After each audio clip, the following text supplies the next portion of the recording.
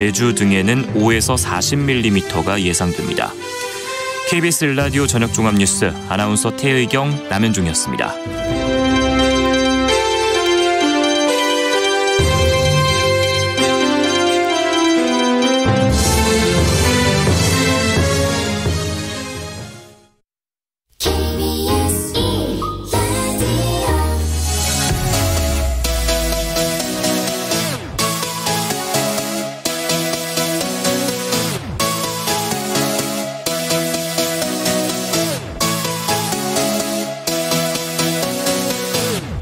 KBS 열린 토론.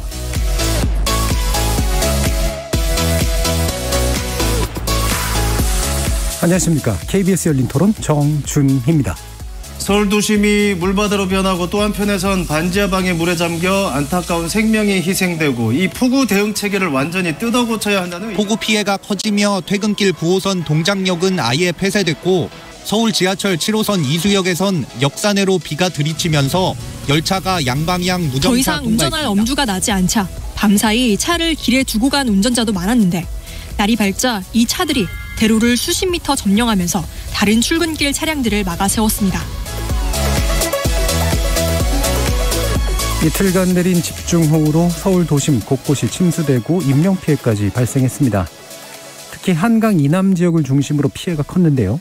서울 동작 417mm, 서초 387mm, 그리고 강남 367.5mm 등 이 일대에 더 많은 비가 쏟아진 데다가 지대가 낮고 인근의 하천이 많은 강남 지역의 지리적 특성으로 인해 피해가 증폭된 것으로 분석됩니다.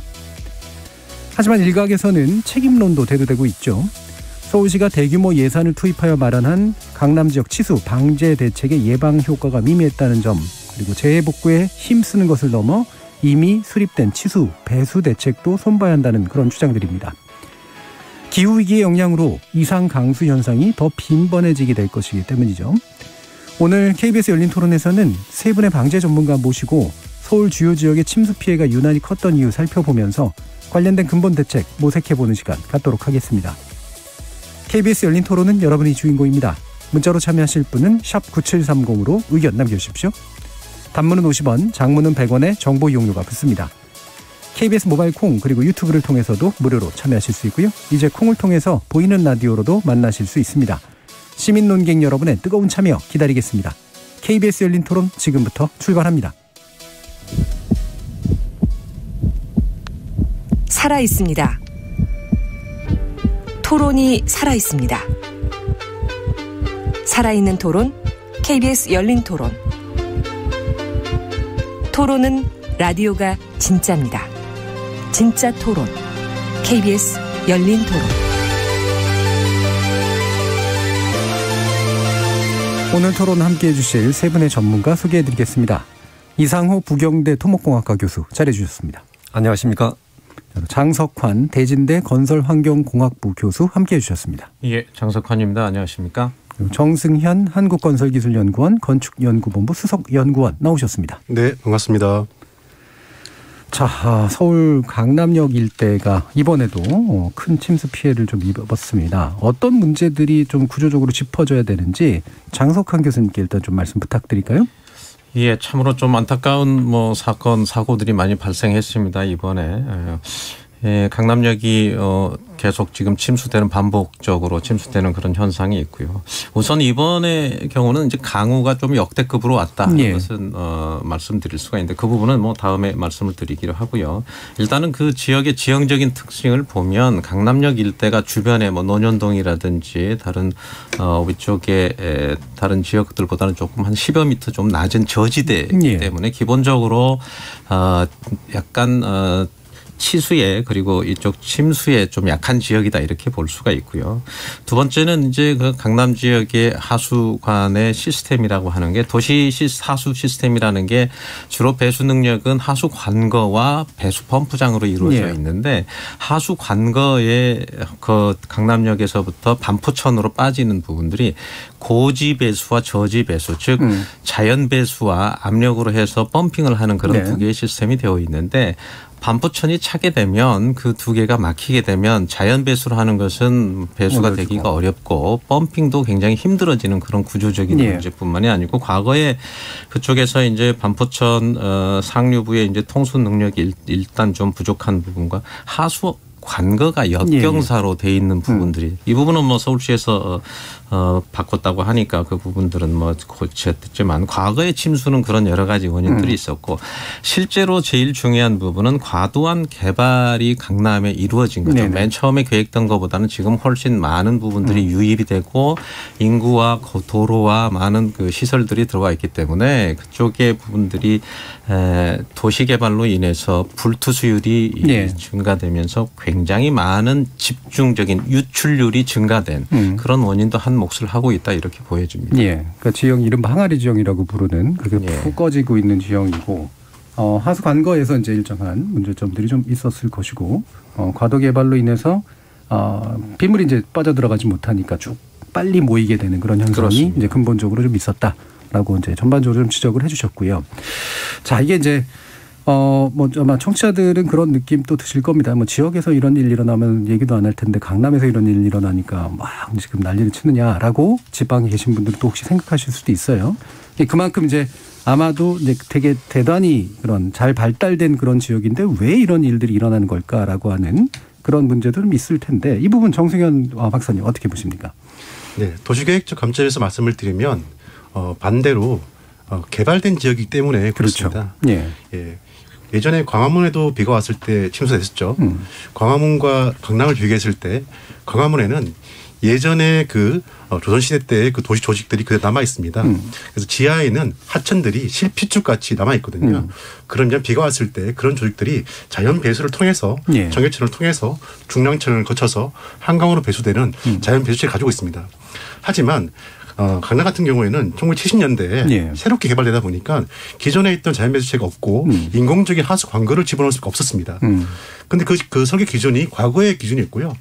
지금과 같이 기후 변화가 심각해져 가지고 이번과 같은 아주 심각한 호우가 왔을 때는 그 용량을 못 견디는 것이죠.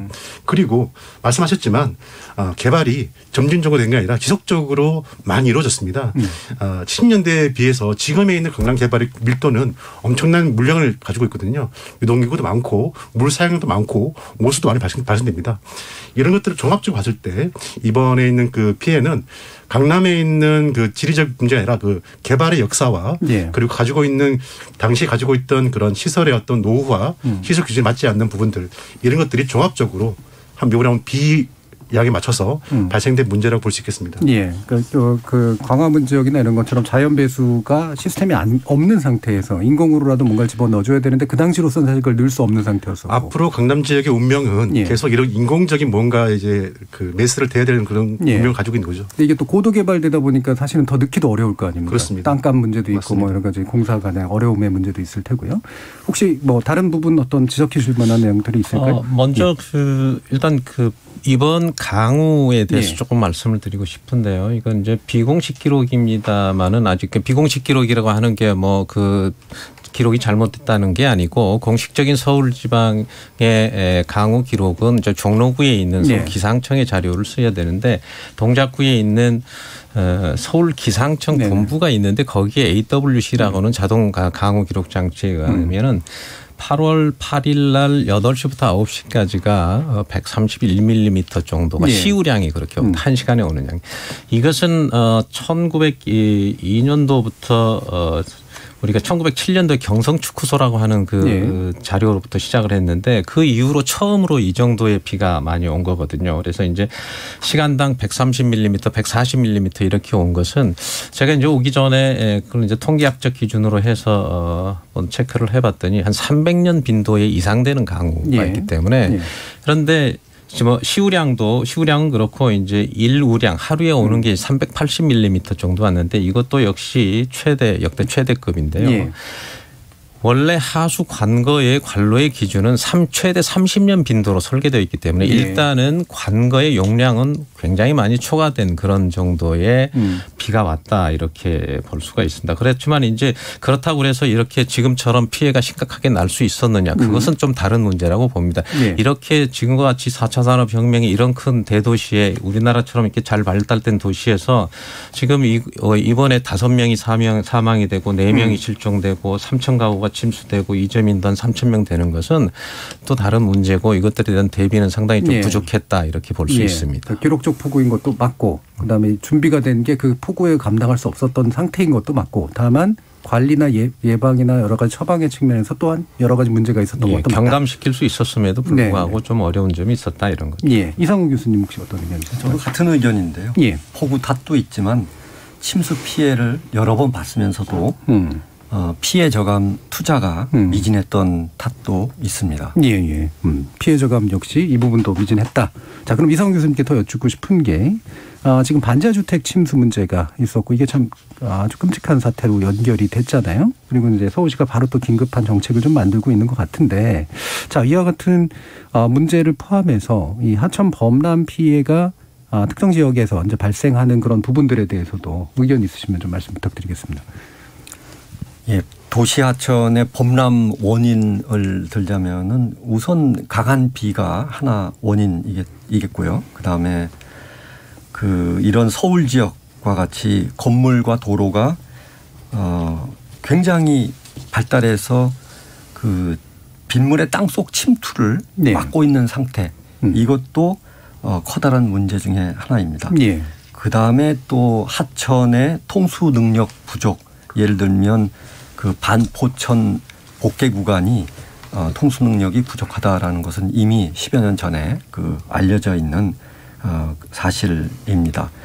그래서 서울시가 그 도림천의 수위를 관측하고 있습니다. 그리고 그에 따라서 수위 상승 때 위험을 알리고 있습니다. 굉장히 열심히 하고 있는데 여기서 더 나아가야 될 것은 홍수 통제소와 같이 홍수 예측하는 그런 업무들을 하면 조금 더 피해를 저감할 수 있다 이렇게 생각합니다. 예, 그러니까 도시가 발달하면서 이제 필연적으로 나설 수밖에 없는 문제하고 연관이 돼 있으니까 예측 기능 쪽에서 좀 더 필요한 부분들을 했으면 좋겠다라는 거 뒤에서 아마 좀 더 많이 말씀 나눌 수 있을 것 같고요.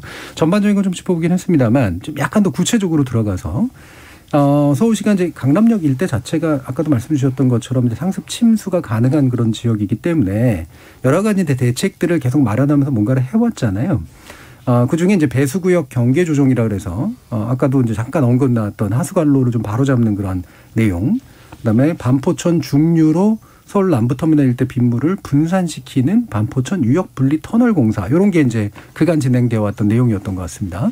이 부분이 어떤 점에서 중요했는지 그리고 좀 어느 정도 이게 잘 마무리된 그런 공사였는지 강석환 교수님께 좀 부탁드릴게요.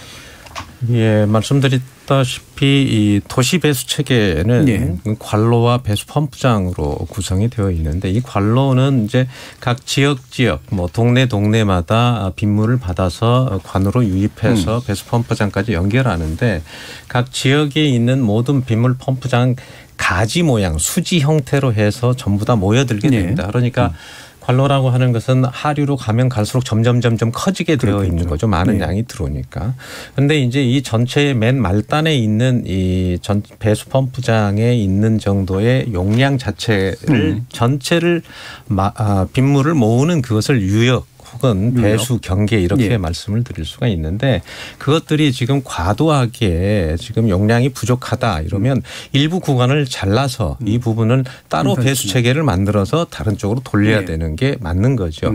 그게 이제 유역 분리라고 하는 말씀이고 그 유역 분리를 통해서 그러면은 다른 쪽으로 지금 여기 강남 같은 경우는 이제 반포천으로 어차피 연결을 해야 되는데 반포천으로 연결하기 위해서는 상당히 큰 터널 형태의 지하 터널 형태로 물을 고여서 이렇게 빼게끔 되어 있는데 서울시에서 2012년부터 이제 준비를 했다가 2015년에 전체적으로 수해 방지 대책을 수립하면서 이 계획을 수립을 했습니다.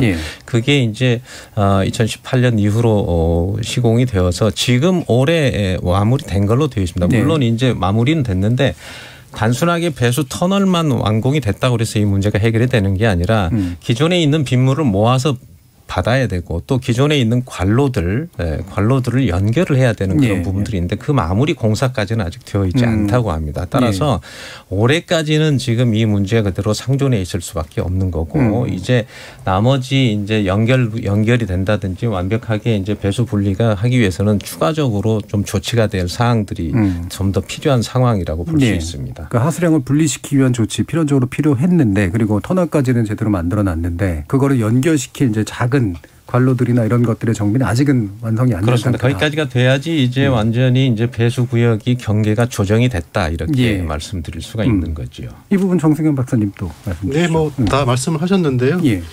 뭐 지금 현재 주 터널이 완성되었고 만약에 이번에도 그 주터널에 붙어 있는 나머지 이제 가지들이 다 확보되어 가지고 물을 제대로 잘 모았으면 어느 정도 기능을 했을 거라고 생각하고 있습니다.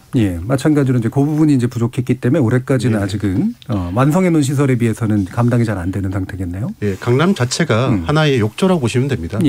이게 흙으로 되어 있는 땅을 파가지고 흙으로 된 곳에다가 물을 부으면 그 물이 바닥으로 스며들겠죠. 그렇죠. 근데 욕조 같이 이제 시멘트 같은 곳으로 이제 칠해져 있잖아요. 불투층이라고 그러는데 그러다 보니까 자연스럽게 해법이라 할 수 있는 것이 이제 터널을 뚫어서 이제 물을 다른 곳으로 옮기는 그런 방법밖에 없었는데 시간이 걸리고 그리고 강남 자체가 과밀 개발된 곳이기 때문에 공사에 어려움이 많아서 지상물 철거에 많은 시간이 걸리는 것으로 알고 있습니다.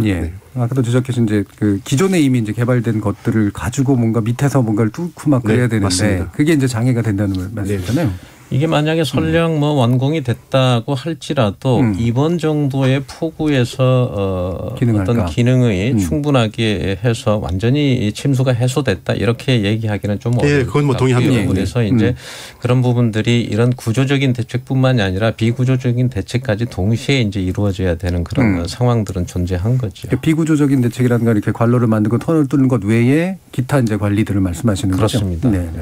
그러면 마침 이제 뭐 이런 터널 문제도 좀 나왔으니까요. 지금 한참 논쟁이 붙는 게 이제 대심도 터널입니다.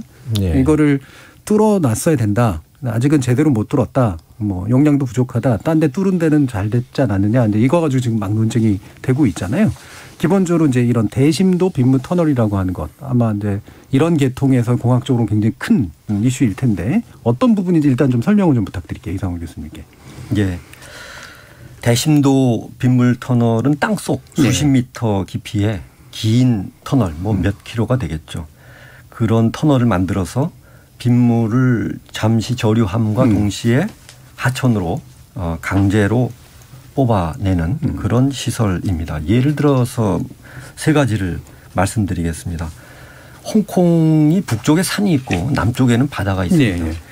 그런데 홍콩 구룡시가지의 반복적인 침수 피해가 계속 되고 난 다음에 라이치콕 배수 터널을 땅속 45m에 건설했습니다. 그래서 산 중턱에서 물을 모아서 그 물을 도심지를 거치지 않고 바다로 직접 배수하였습니다. 직접 빼는 방식. 2,800억 원이 들었고요. 2012년에 완공했는데 그 후로 도시 침수가 현저하게 줄어들었습니다. 일본 사이타마 현에 수도권 외곽 방수로가 있는데 지하 50m 깊이에 6.3km 터널이 건설되었습니다. 작은 하천 정도에 맞먹는 것이죠. 그리고 또 아시는 바와 같이 강서구 신월동에 땅속 깊이 설치된 빗물 배수 터널이 있고 4.7km의 그 길이고 1,400억 원이 들어갔습니다. 2020년에 가동해서 바로 효과를 본 시설입니다. 그러니까 기본적으로 굉장히 깊게 이제 뚫어서 우회시키건 아니면 거기다 저장을 하건 간에 기존에 있는 하수관거의 기능 이상을 뭔가 할 수 있도록 만들어주는 그런 시설일 텐데 이게 뭐 양천구 얘기가 마침 나왔으니까 실제로 이게 요번에 기능이 확실히 했다 이렇게 판단할 수 있을까요? 장석헌 교수님? 지금 뭐 많이 오늘 아마 발표를 하신 것 같아요. 오세훈 시장님께서 7개 대심도 터널을 계속 진행하겠다. 그 중에서 이제 7개 계획을 원래 했었는데 이게 이제 신월 배수 터널만 완공이 되어 있었던 거죠. 거기는 이제 2012년에 서울 수해대책 안전, 2012년에 수해대책을 발표하게 된 계기는 2011년도에 정말 어마어마한 그렇죠. 우리 우면산 산사태뿐만이 아니고 그때 광화문이라든지 강남 침수가 이루어졌기 때문에 그때 이제 수해대책 일환으로 해서 2018년, 19년에 완공이 되어 있는데 아까 우리 이상호 교수님 말씀하신 것들은 40m 정도에서 우리나라 국내 1호의 어떤 대심도 터널이라고 볼 수 있죠. 그렇게 이제 보통 서울시의 방제 성능 목표라고 하는 것은 30년 빈도인데 그게 한 90mm 정도 됩니다. 예. 시간당 90mm 정도를 해소할 수 있을 정도의 용량으로 만들겠다 이렇게 했는데 이제 당장 사실은 2010년 이후에 큰 비가 없었다가 2020년에 재작년이죠. 정말 기록적인 54일간의 장마에 이때에 이제 효과가 있었느냐. 사실은 효과가 있었죠. 충분히 있었다고 보여집니다. 그렇기 때문에 이 부분은 뭐 대심도 터널은 굉장히 많은 돈이 들어갔음에도 불구하고 효과는 있었다. 하지만 이것을 똑같이 서울시 나머지 6개에 적용할 수 있겠느냐. 예, 이것은 좀 다른 문제라고 봅니다. 그렇겠죠. 그래서 일단은 지금 현재 있었던 양천구의 대심도 터널은 침수 피해에 대해서는 효과를 봤다. 이렇게 일단은 좀 평가를 하고 싶습니다. 예, 일단 그 터널 자체의 기능은 분명히 확인은 되는데 아마도 이제 양천구가 가능한 건 이게 이제 그 땅에 관련된 여러 가지 뭐 가치 부여의 방식이라든가 거기 사는 주민들의 태도라든가 이런 것들이 다 영향을 아마 미쳤을 것 같은데요. 예, 그쪽이 원래 우리가 잘 알고 있는 목동 신시가지 개발할 때 그 지역이 상당히 저지대였었기 때문에 상당히 어려운 점이 있었고 뭐 흔히 말해서 이제 분양이 잘 안 됐던 요즘 말로 그렇던 시절이 있었는데 그 안양천하고 이제 한강하고 합류점에 만나 있기 때문에 그래서 상습 침수 지역에서 많은 배수 펌프장이 건설이 됐고 그동안에 그다음에 이제 대심도 터널까지를 통해서 상당 부분 치수 대책이 좀 완성된 그런 케이스라고 볼 수 있습니다. 예. 그러니까 이를테면 이거는 이제 광화문이나 강남이나 이런 데 이제 적용을 하겠다는 게 이제 현재 오세훈 시장이 새로 발표한 내용인데요. 예전에도 물론 일부 기획을 했었던 것이기도 하고. 근데 아까 정승현 박사님 언급해 주셨지만 이게 결국은 이제 불편을 야기하면서 상당한 돈을 들여서 이제 해야 되고 저항도 상당히 또 있을 수도 있는 그런 요소잖아요. 네. 어떻게 생각하세요?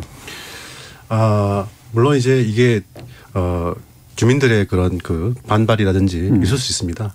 물론 그러기 위해서는 이거를 이제 완화하기 위해서는 일단 이것이 어떤 효과가 직접 주민들에 가고 당신들의 안전과 안전을 위해서 어떤 영향을 주는지 대해서 충분한 교육과 홍보가 먼저 있어야 될 것 같고요. 그리고 해외 같은 경우에 이런 사례들에 대한 그 사례들 매입이 있으니까 이런 것들 좀 활용하는 것도 방법일 것 같습니다. 예, 예전에 이제 제가 알기로는 서울시에서 이 부분에 대한 검토를 할 때 아마 박원순 시장 시절이었던 것 같은데 이게 이제 뭐 분당선이나 기타 이제 강남 2호선이랑 뭐 이런 것들이 교차되는 그런 지역이기도 하고 해서 뚫기가 굉장히 어렵다라고 아마 판단을 했던 부분도 있었던 것 같아요. 그런 게 실제로 그런가요? 네, 공학적으로도?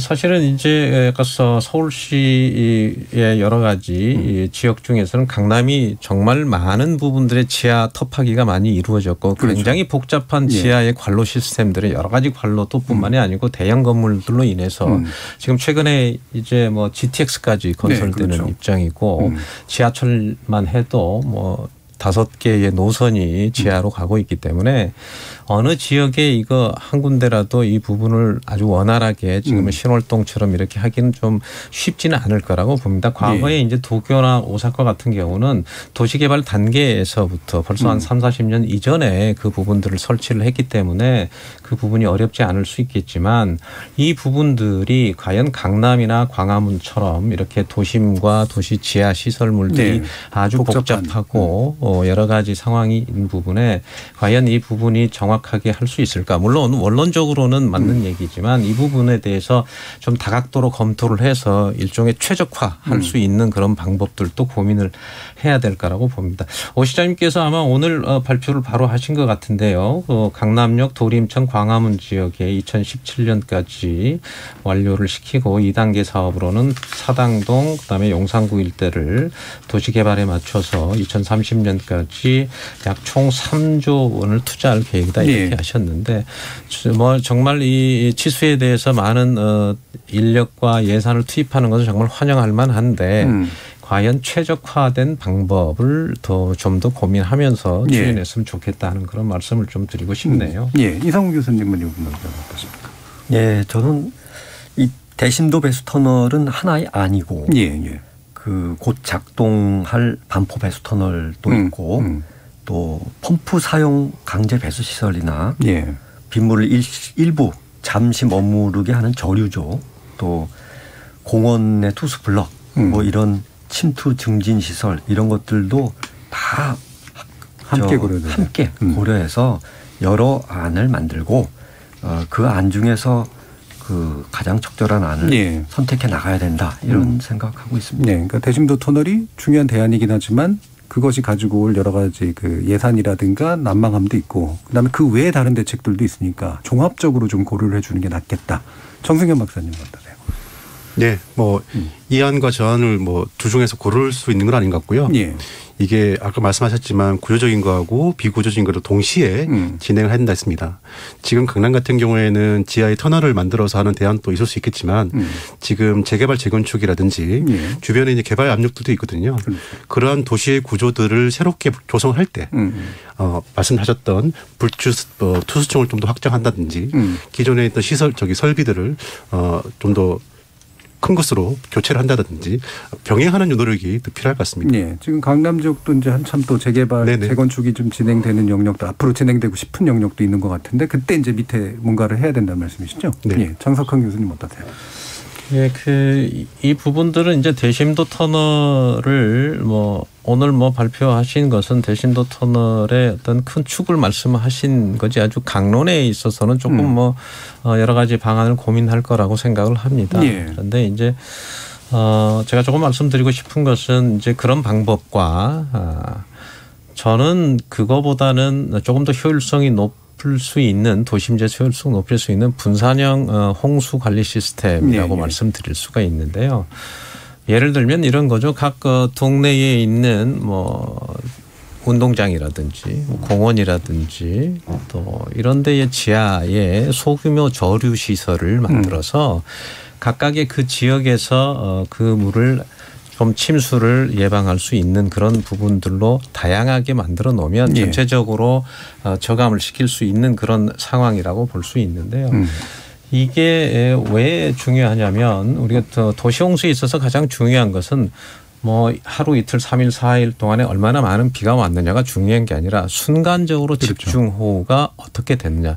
다시 말씀드리면 시간당 강우 강도가 어떻느냐 이거거든요. 그러니까 초기 때 얼마만큼 많이 오는 부분을 저감을 시킬 수 있느냐 이런 거죠. 그래서 각 지역의 소규모별로 이런 분산형 시스템으로 지금 대심도 터널 같은 경우는 집중형이라고 본다면 이렇게 적은 부분에서 분산형 홍수 시스템에 대한 부분들을 좀 고려해서 이것과 그다음에 대심도 터널의 어떤 여러 가지 좋은 점과를 한번 비교해서 어떤 부분이 더 효율성이 있고 어떤 부분이 더 나을 건가 이렇게 판단을 해야 되는데 강남이나 광화문 같이 이렇게 큰 그 지하가 복잡하거나 또 이런 어려운 상황이 있다면 이렇게 분산형 홍수 시스템이 조금 더 효율적이고 경제적이지 않을까 이런 생각을 해봅니다. 그러니까 굳이 비유하자면 이제 교통 정체가 굉장히 심각하니까 강남 한복판에 고속도로를 뚫자라고 하는 의견이 하나가 있을 수 있고 작은 이제 도로망이나 이런 것들 우회로 같은 것들을 개발을 해가지고 간선도로를 더 개발하자 이런. 그래서 분산시키는 방식도 충분히 대안으로 고려될 필요가 있다. 이런 말씀이시네요. 자 그러면 이제 이런 이제 방금 이제 장석환 교수님도 지적해 주신 것처럼 이제 기타 대책들이 이제 다양하게 논의되는 것이 상당히 이제 바람직할 것 같은데 아까 이상훈 교수님도 이제 이러저러한 다른 대안들도 좀 말씀을 주셨잖아요. 그 중에 혹시라도 더 구체적으로 설명해 주시고 싶으신 그런 안들이 있으실까요? 이미 도입을 쭉 하고 있는 그 바이고 이미 일본은 20년 전에 이미 다 그 도입해서 여러 곳에 설치한 그 분산형 시스템들이 있습니다.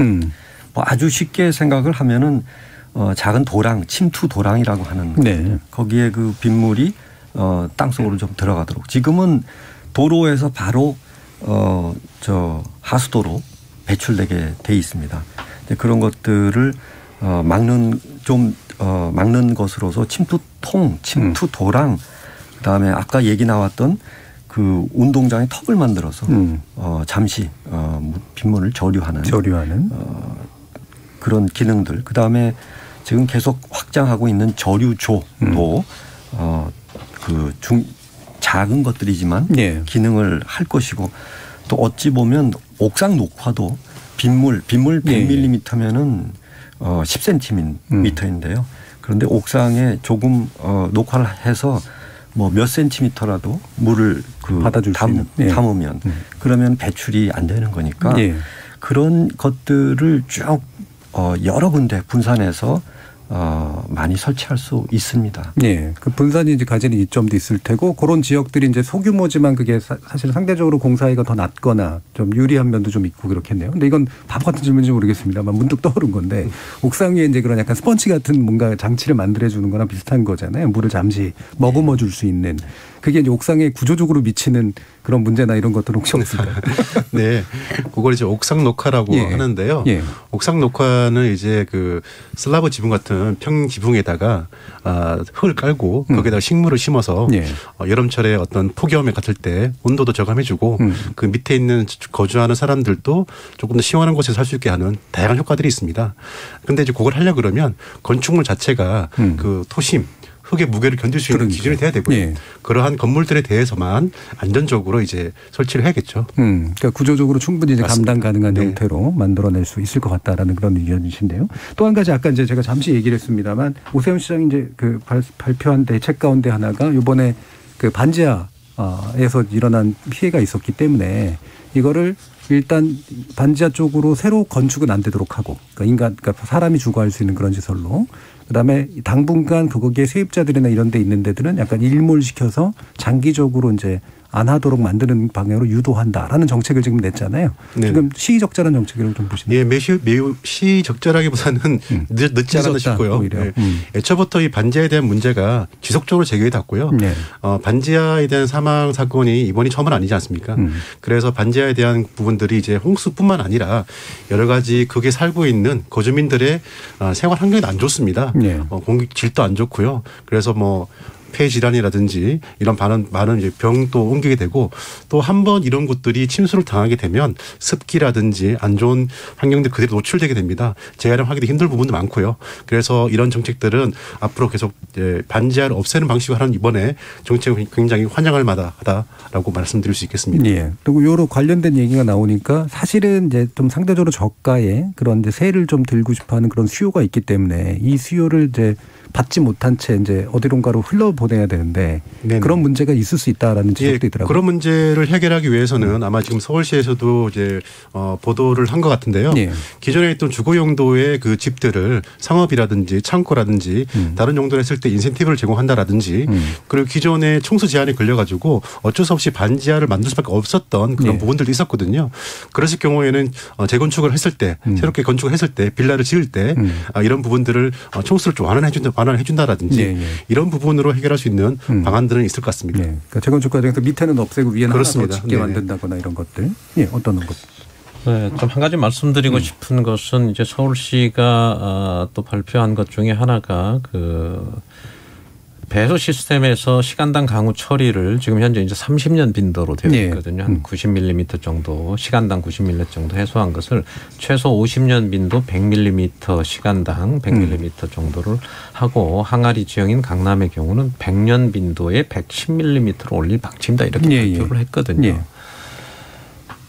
좋은 취지기는 하지만 이건 현실적으로 상당히 좀 어려운 부분이 있다, 이런 거죠. 지금 하수도 설계 기준, 그러니까 시설 기준이라고 하는 규정은 30년 빈도 이상을 하기가 어렵게 되어 있습니다. 그러면 만약에 서울시만 이렇게 한다면 아까 중에서 이것도 방제도 뭐 비익빈 부익 분야 뭐 이런 형태의 얘기가 나올 수도 있기 때문에 저는 그렇다고 안 할 수는 없는 상황인 거고, 그래서 지금 현재 이 설계 빈도가 굉장히 획일화되어 있는 거죠. 모든 부분에. 만약에 서울시가 이런 정도로 해서 설계 빈도를 상향을 시킨다면 전국에 있는 그 부분들을 다 맞추기 위해서는 정말 수십 조의 예산과 수십 년이 걸려도 이걸 해결하기가 어려운 부분이거든요. 그래서 이런 부분들은 설계 기준을 규정을 넘어서지 않으면서도 할 수 있는 방법을 찾아야 되는 거죠. 다시 말씀드리면 설계 빈도가 우리나라가 지금 굉장히 획일화되어 있거든. 모든 상황과 모든 규정을 다 동일하게 적용하는데 그런 부분들 상습 침수 지역이라든지 이런 부분들의 그 경우에는 약간 좀 뭐랄까 융통성을 가질 수 있도록 그런 부분들을 좀 조정을 할 필요가 있다고 좀 보여지고요.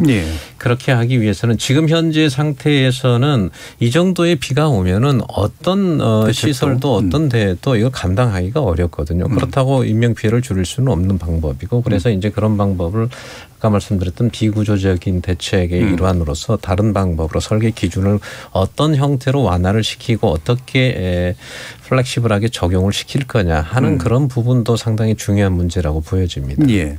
이게 이제 30년 빈도, 50년 빈도라는 건 30년마다 한 번 있을 만한 일에 대비한다 이런 정도의 뜻으로 이해하는 그 정도 이해하시는 게 일반인들은 뭐 이해하기가 편할 게 공학적인 용어이기는 합니다만은 그 정도로 30년에 한 번 올 수 있을 정도의 그런 정도의 확률적인 기준이다 이렇게 보시면 맞습니다. 네, 알겠습니다. 우리가 이제 뭐 마음 같아서 이제 엄청나게 뭐 2000년, 3000년에 맞게도 하면 좋겠지만 그건 사실 현실적으로 불가능한 일이고요. 네. 그러면 혹시라도 이제 이 도심 하천변의 저지대 침수 피해가 이제 굉장히 잦으니까 이게 뭐 지금까지 나온 얘기들하고 다 연관된 거긴 합니다만 혹시라도 구체적으로 짚어주시고 싶은 대책 관련된 부분이 있을까요? 예를 들어서 그 도림천에 그 범람했으니까 이 범람한 부분은 시급히 홍수벽을 세우는 게 제방은 뭐 땅이 많이 필요하지만 홍수벽은 좀 좁은 곳에서 세울 수 있으니까 그런 홍수벽을 세운다든가 그다음에 뭐 계속되는 문제로서 어떤 하천은 제방보다 교량이 낮은 곳이 있습니다. 그런 곳으로 물이 흘러서 범람하게 되죠. 그런 교량이 저지물이 되니까. 제가설. 그다음에 복개 하천의 병목 구간들이 있는데 그런 것들은 적극적으로 해소하는 노력들. 그다음에 뭐 쓰고 있는 방법이지만 배수 펌프장 신설이나 용량 증대 이런 것들을 지역에 맞춰서 피해 저감 대책들을 적용해야 된다 이런 생각합니다. 네, 장석환 교수. 예, 그 이제 도심 이제 하천변 저지대 침수가 됐다 그러면 일단 원인이 무엇인가를 좀 봐야 되겠죠. 그러니까 흔히 말해서 하천이 범람해서 됐느냐, 아니면은 안에 있는 침수 즉 배수가 충분하지 못해서 됐느냐 이런 거죠. 그러니까 우리가 이제 흔히 나눠서 그것을 이제 외수냐 내수냐 이렇게 하는데 하천이 범람하는 것은 제방 바깥에 있는 물이 안으로 들어왔기 때문에 외수 범람이라고 얘기를 하고 내수 침수 이렇게 되어 있는데 외수 범람 같은 경우는 정말로 후진국형 홍수라고 볼 수 있는 거죠. 얼마든지 막아야 되고 그건 국가에서 책임을 져야 되고 이래야 되는 부분이기 때문에 그런 경우 같은 경우는 이제 지류지천이라든지 적은 하천이라도 그런 위험지구가 있는 경우는 홍수 예경보 시스템이라는 게 있습니다. 그것을 통해서 자주 그 부분들을 좀 그 지역 주민들에게 충분하게 알려서 충분히 도피할 시간이라든지 이런 그런 정책이 좀 수립이 돼야 될 부분이고 그럼 이제 내수가 지금처럼 안에 있는 물이 안 빠져서 이렇게 하는 경우는 딱 두 가지죠. 아까도 말씀드렸지만은 관로냐 펌프장이냐 이런 거죠. 그래서 이제 펌프장 용량들은 아마 거의 다 서울시 같은 경우는 이미 다 상당 부분 증설을 해 가지고 있기 때문에 그런데 이제 관로 문제는 조금 다른 문제입니다. 아까 얘기했던 30년 설계 빈도 지금 뭐 구도심 같은 거는 10년 20년도짜리도 많거든요. 그렇게 된다면 관로를 어떻게 더 확장을 시킬 거냐 하는 부분들은 구도심에 상당히 어려운 부분이라고 볼 수 있거든요. 그래서 이제 그런 내수 침수에 대한 부분은 다양한 방법으로 다양한 형태로 이런 부분들을 저감을 시켜야 되는 그런 고민들을 좀 많이 해야 될 거라고 봅니다. 네, 알겠습니다. 자, 일부 논의를 하면서 보니까 확실히 이 문제가 그냥 단기적으로 그냥 뭐 하면 된다라는 말로 이제 해결될 문제도 아니고 뭐 해서 잘못된 거다라고 얘기할 문제도 아닌 것 같은 그런 느낌을 주는 되게 복잡한 사건임을 이제 알 수 있었는데요. 자, 일부 논의는 이 정도로 좀 하면서요. 청취자 문자 들어보고 이어지는 2부에서 구체적인 또 이후 계획들에 관련된 논의 더 진행해 보도록 하겠습니다. 박유진 문자 캐스터. 지금까지 여러분이 보내주신 문자들 소개합니다. 고래뿔님. 오늘 토론 주제 시의적절하다고 여겨집니다. 서울 강남대로가 침수되다니 진짜 말이 안 되는 일이 일어났다고 생각됩니다. 급속한 기후변화 상황을 감안하면 치수 예산은 늘어나야 할 것 같은데 올해 수방 치수 예산을 900억 원이나 삭감한 건 잘못한 거 아닐까요? 오종인님, 기상예보 시스템도 문제라 생각됩니다. 오보가 너무 많습니다. 기상 분석을 담당하는 전문 인력 보강이 시급해 보입니다. 9414님, 거시적으로 현재 한강에 설치된 보들의 평균 수위가 높아 물 흐름을 방해해 자연 배수를 어렵게 만드는 건 아닌지 살펴봤으면 합니다. 김종학님, 물을 가둔다니 잘못하면 커다란 싱크홀을 만드는 거 아닌가요? 우려됩니다. 9190님, 소 잃고 외양간 고치는 병폐는 언제쯤 사라질지 이번엔 달랐으면 좋겠습니다. 강미영님, 재해재난은 일본에게서 배울 점이 많은 것 같습니다. 앞으로 신도시 계획은 장기적 안목에서 추진하면 좋겠습니다. KBS 열린 토론. 이 시간은 영상으로도 생중계하고 있습니다. 유튜브에 들어가셔서 KBS 일라디오 또는 KBS 열린 토론을 검색하시면 지금 바로 토론하는 모습 보실 수 있습니다. 방송을 듣고 계신 여러분이 시민 농객입니다. 계속해서 청취자 여러분의 날카로운 시선과 의견 보내주세요. 지금까지 문자캐스터 박의주였습니다. 토론이 세상을 바꿀 수는 없습니다. 하지만 토론 없이 바꿀 수 있는 세상은 어디에도 없습니다.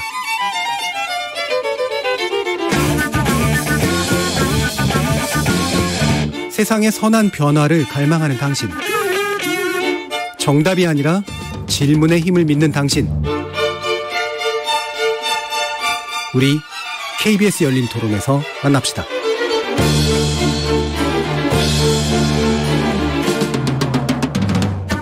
KBS 열린 토론 2부, 반복되는 도심 집중호우 피해 어떻게 예방해야 될까라는 주제로 장석환 대진대 건설환경공학부 교수, 정승현 한국건설기술연구원 건축연구본부 수석연구원, 그리고 이상호 부경대 토목공학과 교수 세 분의 전문가와 함께하고 있습니다. 저희 청취자들께서 아까 보내주신 의견들 보니까 다양한 원인 진단들을 해주시기도 해요. 지금 치수 예산 깎은 잘못 아니냐, 한강보가 너무 높은 거 아니냐, 예보 시스템 잘못되지 않았냐, 그리고 저류조나 이런 거 잘못 만들면 싱크홀 되는 거 아니냐, 이런 얘기들도 해주셨는데 이런 우려나 지적에 대해서 혹시 뭐 이렇게 답해 주실 부분 있으실까요? 제가 봤을 때는 정말로 수준이 높으신 아주 전문가적인 의견들이 너무 많은데요. 그중에 한두 가지만 좀 말씀드리면 먼저 기상청의 기상예보가 왜 이러느냐 이런 얘기를 하셨는데요. 저도 한 가지 좀 아쉬운 게 지난 7월 말 30일인가에 기상청에서 장마가 끝났다라고 발표를 했습니다. 사실은 지난 2020년에 재작년에도 가장 비가 많이 왔을 때가 8월 5일부터 8일까지 가장 많이 비가 왔었고 역대급으로 시간이라든지 시우량이라든지 하루 동안에 온 그 일우량이 가장 높았던 데가 8월 초거든요. 그래서 설령 장마가 끝났다고 할지라도 8월은 또 태풍이 굉장히 많은 시절 아니겠습니까? 그래서 그런 부분들이 너무 장마가 끝났다고 선언을 해버리면 두 가지 문제가 있는데, 하나는 일단 이런 상황이 될 때에 책임 소재가 잘못하면 기상청으로 넘어갈 수가 있고요. 두 번째는 일단은 여름철이 되면 이제 우기가 되면은 모든 이제 지자체라든지 정부가 재해대책본부를 운영하게 돼 있습니다. 근데 이제 장마가 끝나면 재해대책본부가 더 이상 작동을 안 하게 되는 그런 상황이 발생하거든요. 그래서 저는 8월까지는 장마가 끝났다 이렇게 얘기를 하는 것보다는 일정 부분 지금 장마 시즌은 끝났지만 앞으로 그런 여러 가지 상황들에 있어서 경계를 늦추지 말고 우기 대비는 충분히 해야 된다라고 그렇게 해야 된다고 봅니다. 특히 그 2010년도에 기록적인 폭우가 있었고요. 2020년에 있었잖아요. 이 두 가지의 경우를 살펴보면 그 시즌이 라니냐 시즌이거든요. 지금도 어쨌든 2020년부터 올해까지는 라니냐 올 초에 호주 기상청에서 발표하는 게 라니냐 워치를 발표를 했거든요. 마찬가지로 이런 시즌에는 정말로 많은 양의 수증기가 하늘에 물폭탄이 돌아다니고 있는 시즌이기 때문에 이런 부분들에 있어서 기상청이 조금 더 그 부분에 신중하게 접근해 볼 필요가 있다. 물론 기상청이 너무나 열심히 일은 하고 있지만 그런 부분들에 대해서 조금 더 많은 부분들에 좀 노력을 좀 기울여야 되겠다 이런 생각을 좀 먼저 해봅니다. 예. 이게 뭐 저도 이제 다른 드라마를 보고 이제 알게 된 사실이긴 한데 기상청 관련된 이 기상청이 내는 이런 경보라든가 이게 단계가 뭐냐 어떤 규정을 해줬냐에 따라서 국가 배상이나 보상 기준도 되게 달라지고 뭐 출어 기준도 달라지고 그래서 굉장히 복잡하게 연결되는 고리가 있더라고요. 2020년에 이런 사례가 있었죠.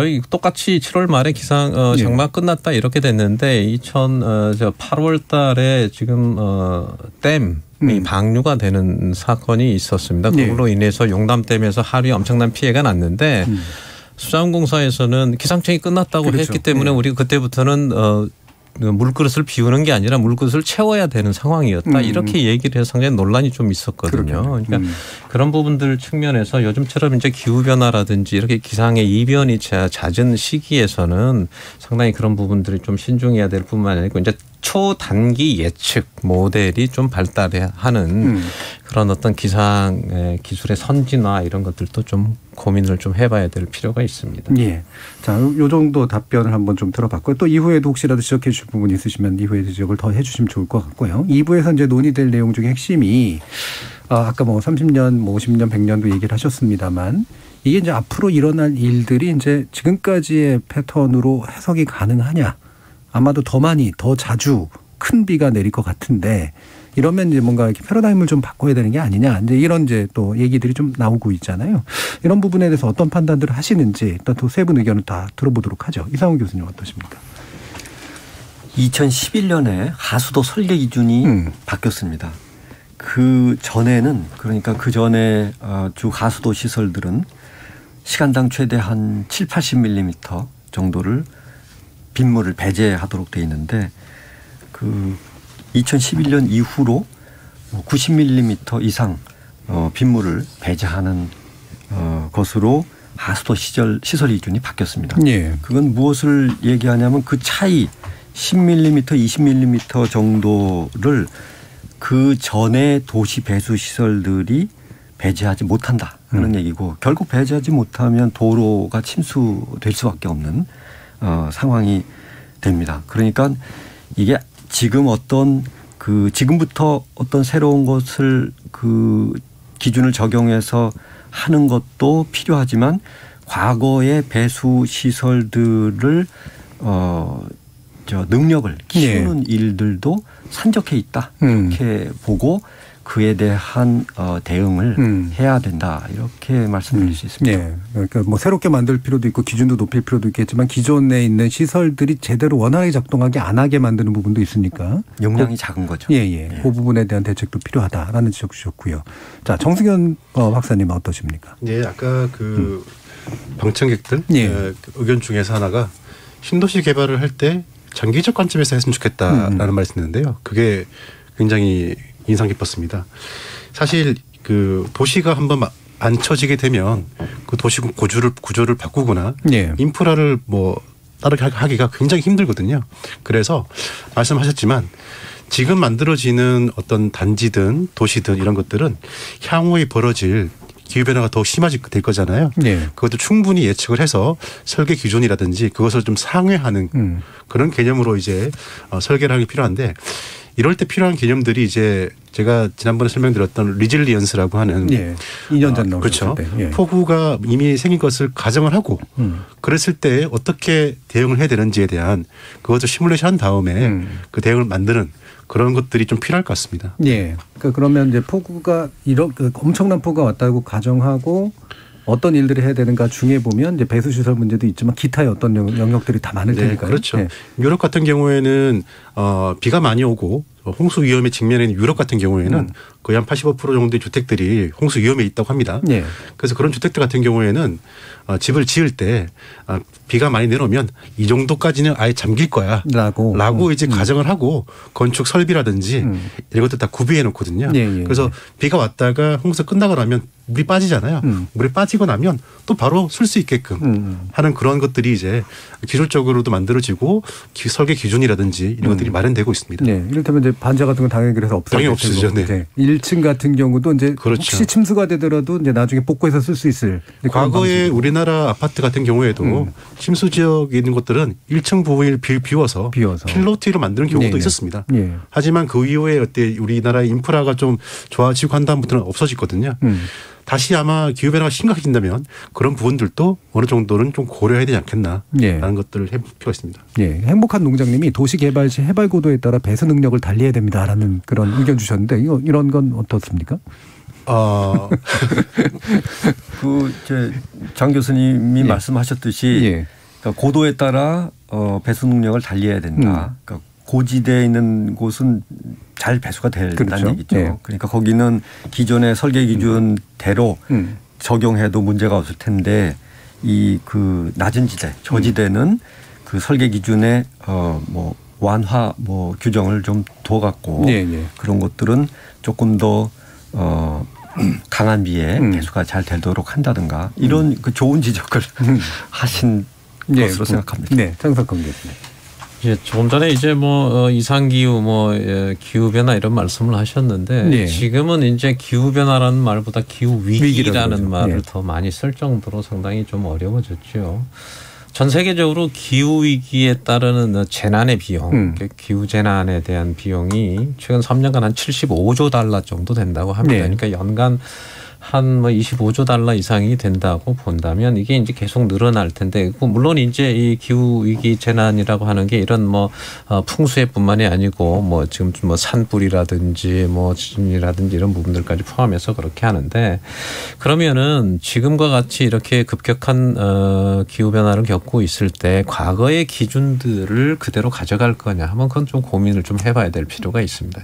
설계 기준이나 시설 기준이나 이런 부분들을 좀 전향적으로 한번 검토해 볼 필요가 있는데 아까도 제가 말씀드렸듯이 이 부분에서만큼은 획일적인 모든 잣대를 동일하게 적용하는 예를 들면 도심지하고 시골하고 또 아니면 대하천과 소하천하고 이런 부분들이 동일하게 적용할 필요는 없거든요. 그러기 위해서는 이런 기준이라든지 법령이라든지 이런 것들을 좀 먼저 살펴보는 게 우선적이고 그러기 위해서는 이제 탄력성 얘기, 리질리언스 얘기도 나왔는데 그렇게 해서 이제 시설 기준이나 설계 기준 같은 것도 이런 충분하게 탄력성을 좀 가지고 준비를 좀 해야 되고 유럽 같은 경우는 이미 이제 설계 기준이 빈도라고 하는 개념이 많이 없어졌거든요. 기왕 최대라는 말을 오히려 더 많이 씁니다. 과거에 어떤 것들이 일어났는지 거기를 기준으로 삼아야 된다 이렇게 볼 수 있거든요. 그러기 위해서는 획일적으로 할 필요가 없고 그 지역의 지역적인 특성이라든지 과거의 이력이라든지 이런 것들을 좀 기준으로 해야 되고요. 한 가지 다음에도 좀 말씀을 드릴 기회가 있으면 좋겠습니다만은 이런 기회가 예산과 인력이 가장 기본인 거죠. 지금 오늘 우리가 이렇게 논의를 하고 있지만 한 일주일 뒤에는 이제 폭염이 오고 이제 다 끝나게 되면 이 부분들에 대해서 금방 또 잊어먹기가 쉽습니다. 지금 예산 같은 경우도 사실은 이 치수 예산이라든지 방제 예산을 쓰는 것이 솔직히 말씀드리면 이 지자체 단체장 입장에서는 이게 전혀 도움이 별로 되지 않습니다. 차라리 양로원 짓고 어디 번듯하게 보이는 것을 하는 게 좋지 지하 터널이나 지하 관로 개선하고 이렇게 되는 것이 쉽지 그것이 본인들의 어떤 자기의 행정이나 치적의 유혹을 받기가 쉽기 때문에 이런 것에 대한 좀 보다 의지와 그런 것을 감시와 이런 예산에 대한 집행 이런 부분들이 조금 더 선진화된 구조로 만들어지는 시스템이 좀 필요하다 이렇게 볼 수 있습니다. 일반 이제 수방치수 예산 감액된 부분도 그러니까 당연히 이제 그 부분의 문제도 좀 지적을 해야 되고 또 그게 현재 행정구조상 당연히 또 일어나는 일이기도 하고 그렇다는 말씀이신 거죠. 자, 그러면 이제 아까 레질리언스 얘기 또 해주셨으니까 이게 이제 회복 탄력성이라고 해서 이제 홍수뿐만 아니라 여러 군데 또 적용되는 그런 개념이긴 한데 아까 이제 그 정승현 박사님께서 또 지난번에도 이제 얘기해 주신 내용이기도 해서요. 이게 어떤 나라들에서는 구체적으로 좀 적용이 돼서 좀 효과가 있거나 또는 좀 의미 있게 지켜볼 만한 필요가 있다고 판단된다라고 이제 소개하실 만한 부분이 있으실까요? 먼저 지금 이렇게 우리가 이렇게 논의하고 있는 자체가 리질리언스한 과정이라 볼 수 있죠. 왜냐하면 외부로부터 충격이 왔는데 그 충격을 이겨내고 다음번에 똑같은 충격이 오면은 다시는 이런 충격에서 이와 같은 피해를 받지 않겠다라고 하기 위해서 대책을 만드는 것이 이제 리질리언스의 강화되는 과정인데 도시도 마찬가지입니다. 네.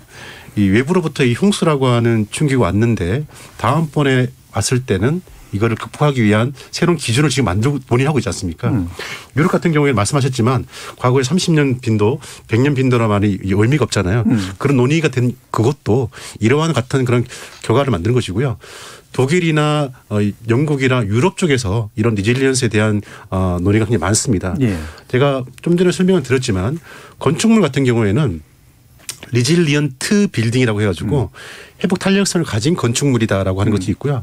그런 건축물에 대해서는 인증을 하기도 합니다. 예. 이런 건축물들을 그 인증을 받으면 보험료를 화재 보험료를 좀 이제 할인해 준다라든지 이런 민간 분야의 비즈니스하고도 연계되기도 하고요. 그리고 이런 개념들을 도시 분야로 확장을 합니다. 확장을 해가지고 리질리언트 시티라고 해서 어떤 도시든 간에 재난재해가 발생했을 때 그 재난재해에서 얼마나 강한 역량을 가지고 있는가를 평가할 수 있는 그런 도시를 만들게 하는데 그런 도시를 만드는 데 대한 기술들이나 정책들이 새로운 것들이 아니에요. 말씀하셨던 조류지라든지 LID 기법, 로우 임팩트 디벨롭먼트, 투수층을 넓히는 행위들, 그다음에 뭐 다른 녹지를 많이 확보한다라든지 이런 모든 것들이 다 이 리질리언트 시티에 들어가 있다라고 보시면 되고 우리나라도 그런 쪽으로 많이 추구를 하고 있습니다. 네. 지금 이제 국토교통부가 이제 그래서 재개발 재건축 활성화 정책 추진 시에 방금 말씀하신 이 레질리언스 개념을 집어넣어서 패러다임화하면 뭔가 꽤 효과가 있을 것 같다 이렇게 판단하시죠. 제가 예시를 하나 들어볼게요. 예전에 우리가 살던 중앙아파트 있잖아요. 5층짜리 중앙아파트. 그때 단지를 한번 상상해 보십시오. 네. 그러면은 동강 간격이 넓긴 넓은데 중간에 공원도 있고 그렇죠. 많이 있습니다. 물론 아스팔트 포장도 있지만 비가 오면은 거기에 있는 흙으로 다 물이 다 스며들죠. 투수가 되죠. 그런데 요즘 만들어진 아파트 단지를 봅시다. 요즘 만드는 아파트 단지는 겉으로 보기에는 폭포도 있고 공원도 있고 다 좋아요. 지하에 뭐가 있습니까? 지하 주차장 있습니다. 그러면 거기서 빗물 어떻게 될까요? 어딘가에는 관로를 통해 가지고 뽑아내겠죠. 예. 그렇게 뽑아내는 거하고 과거에 자연적으로 투사했을 때하고 비교를 할 필요가 있을 것 같아요. 그래서 앞으로 만들어지는 아파트 단지라든지 공동주택들 또는 재개발 지역에서 만들어지는 개발 행위들이 얼마만큼의 리질런스, 회복력 승률을 가지고 있는지에 대해서 판단을 해볼 필요가 있다고 생각합니다. 네, 네, 그렇습니다. 한 가지 좀 불만은요. 네. 사실은 이 도시계획에서 방제 개념이 얼마나 들어가 있느냐. 저는 별로 없다고 봅니다. 단적인 예를 들면 과거는 그렇다 치더라도 최근에 보면 각 시도의 그 도시계획위원회라는 게 있죠. 네. 그런 부분들에서 대부분 이제 도시계획을 기본계획을 결정을 하고 지구단위 계획도 수립하고 이러는데 도시계획심의위원회 방제 전문가들이 잘 안 보여요. 네. 그리고 그 의미가 상당히 퇴색돼 있고 가끔 이제 그 양념식으로 들어가 있기는 하지만 이 도시계획의 초기부터 이 개념들이 들어가 있지 않으면 아까 말씀드린 방제에 대한 선진화 그리고 리질리언스의 탄력성 이런 부분들을 하기 위해서는 사실은 그 도시계획 단계가 가장 중요한데 그 단계에서의 방제의 개념과 방제의 어떤 전문가들의 참여 이런 부분들이 상당히 중요합니다. 과거에는 도시계획이 어떤 식으로 돼 있었냐면 하천도 복개를 하고 거기다 집을 지었던 그런 시절이었잖아요. 그러니까 그때는 우선 도시를 개발하는 데 더 주목적인 부분들이 많았죠. 물론 그때도 아쉽지만 최근도 그다지 별로 달라진 게 없다. 따라서 이런 부분들이 이런 문제가 생겼을 때만 그런 얘기를 하실 게 아니고 조금 더 근본적인 문제를 도시계획부터 잡아줘야 된다라고 좀 말씀드리고 싶어요. 충분히 짐작 가능한 게 방제 컨셉을 집어넣으면 규제라고 받아들여지게 되고 또 비용으로 받아들여지니까 개발하는 거나 건축하는 쪽에서는 그걸 굉장히 빼고 싶어 할 게 너무 뻔한 것 같습니다. 네. 네, 단적인 예를 들면 말씀을 하셨는데 실제 도시계획 업무를 하고 할 수 있는 그런 업종 분야가 도시계획 엔지니어링 업체에서 많이 합니다. 수립하는데 국토부에서 제 취약성 분석이라고 하는 규정을 만들었어요. 그래서 도시계획 수립을 할 때 제 취약성 분석을 해서 그것을 반영을 해야 됩니다. 그런데 말씀하신 것처럼 제 취약성 분석을 제대로 분석할 수 있는 인력이 없죠. 네, 그런 문제들을 충분히 강화해야 될 필요가 있을 것 같습니다. 형식적으로 하는 거죠. 그렇죠. 자, 그러면 또 한 가지 지적해 봐야 될 부분이 이번에 이제 일어났던 여러 가지 일들 중에 또 피해가 있었던 것 중에 참 사실 무서운 게 산사태하고 싱크홀이고요. 이게 실종자도 나올 수 있는 그런 일들이었는데 이 부분이 이제 어떤 문제하고 좀 연결이 됐고 대책이 어떤 게 있는가, 그리고 과연 이 부분에 있어서 예보 시스템이 잘 돼 있는가, 이런 궁금증도 있어서요. 이상훈 교수님께 좀 말씀 부탁드릴게요. 2000년 들어서서 루사 태풍 오고 할 때 강원도에서 그 산사태가 굉장히 많이 일어났고요. 네.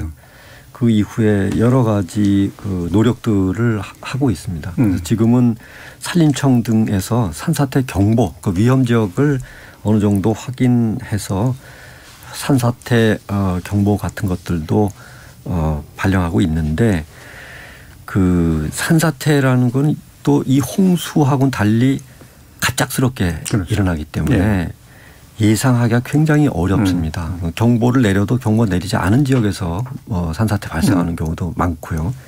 그러니까 이것은 더욱 조사한 것들을 바탕으로 관찰하는 감시하고 관찰하는 능력을 더 키워서 열심히 알림, 주의, 경보 알림을 열심히 하는 방법이 지금은 최선이다. 예. 그러니까 예를 들면 이제 그 흔히 말하는 절개지라 해서 잘라낸 데서 흔히 좀 많이 발생될 위험이 있고, 작년 같은 경우에는 또 그런 논쟁이 있었잖아요. 그 태양광 수설 때문에 또 산사태 발생했다. 그때 해가지고 또 저희가 토론도 한 적이 있었는데, 아직까지는 그럼에도 불구하고 산사태 예측은 굉장히 좀 어려운 일이다, 이런 말씀이시네요. 네. 알겠습니다. 자, 그럼 또 한 가지 이제 그럼 세 분 의견을 여쭤봐야 될 게, 이른바 컨트롤 타워, 이건 뭐 재난 날 때마다 이제 하는 얘기긴 합니다만, 일단 좀 필요한 부분이 있어 보이긴 하는 게, 대통령실 차원에서 좀 재난 비서관 같은 것들을 좀 신설해서 뭔가 재난 문제를 좀 체계적이고 조직적이고 또 신속하게 대응할 필요가 있지 않겠느냐라는 지적을 해요. 이 부분에 대한 의견도 한번 좀 여쭤볼게요. 장석환 교수님. 예, 자연재해가 이제 주로 이제 예경보 시스템은 그 말씀 이제 홍수 예경보가 있고 산사태 예경보도 있고, 그다음에 이제 지진 예경보, 폭염 이런 것들이 있는데, 우리나라의 이 IoT라든지 이 우리 통신이라고 하는 이 ICT 분야가 세계 최고이기 때문에 정말 최고 수준의 그 동부 시스템을 갖고 있습니다, 사실은. 근데 이제 거기에 따르는 예경보 시스템의 받침이 되는 기본적으로 예보 이런 부분들이 조금 어려운 부분들이 좀 있는데, 조금 전에 이제 말씀하셨던 산사태 같은 경우는 산림청에서 예경보를 때리지만 그 부분들에 대해서 산사태가 현실성이 별로 없다고 판단을 하는 게, 사실은 조금 전에 말씀하셨듯이 그 지역의 개발이 어떻게 됐느냐에 더 주안점이 돼야 되거든요. 그런 부분들이 충분히 포함되어 있지 않기 때문에 그렇고, 이제 그러다 보면 이제 그 지역에 계신 분들이 더 잘 알기 때문에 그것은 그렇게 판단을 해야 되고요. 그다음에 이제 컨트롤 타워에 대한 얘기를 했는데, 우리가 이제 사실은 중앙재해대책본부 행안부에서 주관하고 있는 그런 부분들에 대해서는 충분하게 지금 현재 컨트롤 타워가 되어 있습니다. 그런데 이제 거기에 대해서 우리가 이제 풍수해만 조금 국한시켜서 말씀을 좀 드려보면, 풍수해라고 하는 것은 이제 전체적으로 보면 이제 물 관리거든요. 물 관리를 어떻게 하느냐, 치수를 어떻게 할 거냐, 이렇게 돼 있는데, 과거에는 물 관리를 담당하는 부처가 행안부, 국토부, 그다음에 농림수산식품부, 산자부, 그렇게 해서 환경부까지 5개인데, 그거 이제 환경부로 거의 다 합쳐지긴 했지만 아직도 여전히 4개 부처가 관리를 하고 있어요. 그 위에 이런 컨트롤, 물 관리에 대한 컨트롤 타워 역할을 할 수 있는 것이 법적으로 정해진 행정위원회에는 국가물관리위원회라는 게 있습니다. 그래서 1기가 지금 끝났는데요. 과거 1기가 좀 어려운 점이 물론 있었겠지만, 물관리위원회가 제 역할을 제대로 잘 못했다, 저는 이렇게 봅니다. 충분히 지금 현재의 우리나라의 동부 시스템이라든지 예경보 시스템은 충분한데, 거기에 따른 컨트롤 타워를 그래서 통합 조정 기능을 할 수 있는 그런 위원회가 있음에도 좀 이런 부분들이 좀 부족한 부분이지 않는가, 이런 부분들 때문에 좀 그런 것을 좀 적극적으로 활용하면 이런 부분의 어떤 치수 정책이라든지 홍수 문제라든지 이런 부분들이 있습니다. 왜냐하면 환경부하고 지금 행안부, 지금 재해는 행안부가 담당을 하고 있고, 그다음에 물관리는 또 환경부가 담당하고 있고, 또 농업용수는 또 농림수산식품부가 여전히 가지고 있고, 이렇기 때문에 그러면 그것들을 통합 조정하고 이런 상황이 생겼을 때 그것을 조정하고 정책을 결정할 수 있는, 부처 간의 의견을 조정할 수 있는 부분들이 컨트롤 타워가 돼야 되는데, 이런 부분들이 직접적으로 조정할 수 있는 국가물관리위원회의 역할이 보다 명확하게 할 필요가 있다 이렇게 보여집니다. 그런 통합 조정 기능이 이제 국가물관리위원회에 있기 때문에 사실 그걸 활용하면 되는데 잘 안 된 이유는 뭐라고 보세요? 왜 그러는가? 결정력의 문제입니까? 결정적인 이유는 그 힘을 실어주지 않는 거죠. 네. 힘을 실어주지 않고 또 거기에 대한 전문성이 더 요구가 되고 그렇기 때문에 충분하게 국가물관리위원회 위원장이 국무총리입니다. 공동위원장이. 그리고 위원분들이 장관들이 되어 있기 때문에 얼마든지 조정이 가능하고 또 민간위원장이 계시지만 그런 부분들이 앞으로는 이런 부분들을 통합조정하고 충분하게 힘을 실어주고 지금 현재 독립된 사무국 기능으로서 충분히 역할을 할 수 있도록 좀 그런 게 좀 필요하고 국가물관리위원장과 위원들 분들도 역시 그런 어떤 책임과 어떤 그런 노력을 더 해야 될 것으로 봅니다. 이 길을 좀 기대해 보겠습니다. 이상우 교수님은 또 재단 컨트롤 타워 어떤 견해가 있으실까요? 네, 저는 좀 범위를 줄여서 말씀드리겠습니다. 그 국가 하천의 홍수는 하천이 국가 하천이 있고 지방 하천이 있습니다. 그렇죠. 소하천이 있고 국가 하천 홍수는 홍수 통제소가 관할하고 있습니다. 그런데 지방 하천과 하수도, 방제 업무 이런 것들은 지자체 내에 서로 나눠져 있어서 홍수와 재난에 효과적이지 않습니다. 그러니까 지자체는 내부에서 하천, 하수도 방제 협업을 추구해야 되고 또 바깥으로도 협업을 해야 되는데 예를 들면 그 환경부 홍수통제소가 수위 관측을 하고 있습니다. 우량 관측도 하고 있고요. 그런데 거기에 더해서 홍수 예측도 하고 경보를 합니다. 그런데 지방 하천을 관장하는 지자체는 홍수통제소 같은 조직이 없습니다. 그러니까 그 서울시에서 도린천의 수위를 확인해 가면서 그 어떤 위험을 알리고 이런 활동을 하는 거죠. 그런데 지방 하천의 홍수 예측하고 경보로 나아가기 위해서는 서울시가 한강 홍수통제소하고 협업을 하면 홍수 피해 저감에 도움되리라고 생각을 합니다. 협업이라는 거는 자료의 그 실시간 바로바로 공유하는 것들, 그다음에 홍수 예측, 그다음에 경보 발령 이런 것들입니다. 국가하천과 지방하천이라고 하는 별개의 또 관리되는 시스템 때문에 생기는 협업 필요성이 강조될 필요가 있겠네요. 정승현 박사님. 예, 뭐 저는 컨트롤 타워라기보다는 다른 사안에 대해서 조금 설명을 또 한다 그러면 현재 그 안전에 관련된 부분은 행정안전부에서 하고 있지 않습니까? 소방 관련된 부분들도 소방청에서 하고 있고, 근데 실질적으로 그 사건이 터지는 뭐 건축물이나 뭐 도시 이런 것들은 또 국토교통부라든지 이런 쪽 관장하고 있거든요. 그래서 그런 부분에 대한 어떤 좀 명확한 가이드라든지 정리가 좀 될 필요가 있겠냐. 소방부에서 봐야 되는지 건축부에서 봐야 되는지 좀 산재된 부분들이 있거든요. 그런 것들을 좀 고려되겠나. 법률적인 측면에서. 알겠습니다. 지금 몇 가지 또 청취자들 의견 소개해드리면요. 김정은님은 무분별한 도시개발과 인구 감일 현상 해결하지 못하면 반복될 일이 아닌가 싶습니다라고 원론적인 문제를 아주 근본적으로 짚어주셨고요. K9547님은 이번 서울의 침수 난리는 분명히 인재입니다. 인프라시설 보완과 확충의 필요성을 무시한 정책의 실패라고 보는데 민생과 유리된 정쟁에 골몰한 정치인들은 제발 유념해 주길 바랍니다라는 말씀도 주셨습니다. 또 정윤지님은 우리는 도시 설계가 아니라 도시를 생산하는 것 같습니다. 부를 위한 생산은 안전과 거리가 멀어 보입니다. 욕망을 위해서가 아니라 가치를 위한 시스템 구축이 필요합니다라는 그런 말씀까지 주셨네요.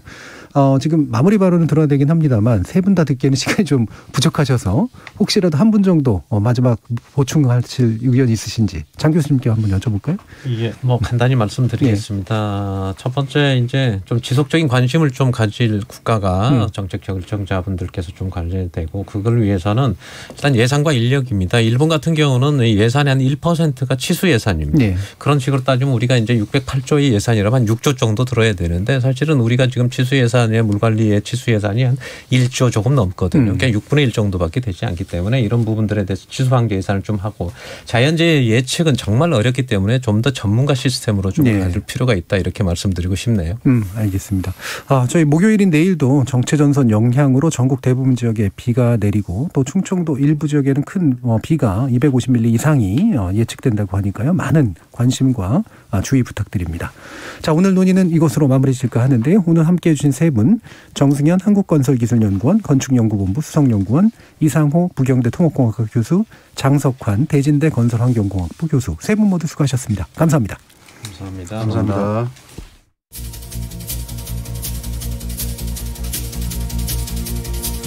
재난 상황이 발생할 때마다 벌어지는 공방이 있죠. 그게 어쩔 수 없는 천재지변인지 아니면 예비와 대응을 잘못한 인재인지를 둘러싼 공방 말입니다.